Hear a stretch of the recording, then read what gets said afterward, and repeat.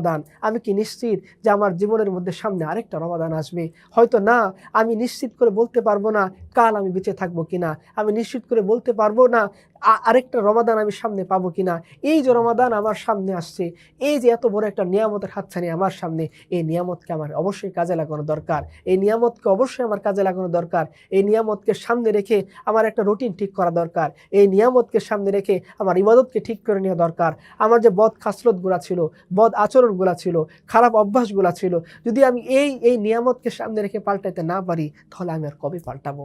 অনেকের থাকে যে এত বেশি পরিমাণে খাওয়া দাওয়া করে যে খাওয়া দাওয়ার কারণে সে ইবাদত করতে পারে না, তার ঘুম চলে আসে, তার ভুঁড়ি বেড়ে যায়, তার মেদ চলে আসে।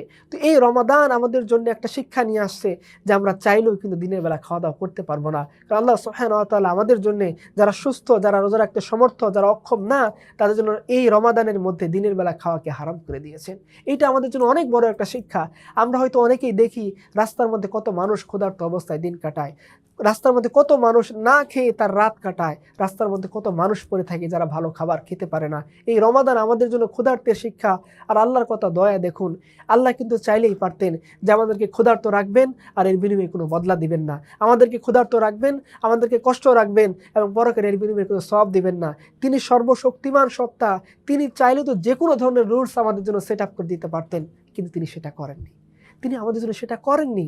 তিনি আমাদেরকে অভুক্ত রেখেছেন রমাদানের দিন, রমাদানের সকালে দিনে, কিন্তু এই অভুক্ত থাকার বিনিময়ে, এই ক্ষুধার্ত থাকার বিনিময়ে তিনি আবার আমাদেরকে বড় ধরনের প্রতিদান দেবেন। কি ধরনের প্রতিদান? আমরা সবাই জানি হাদিসটা।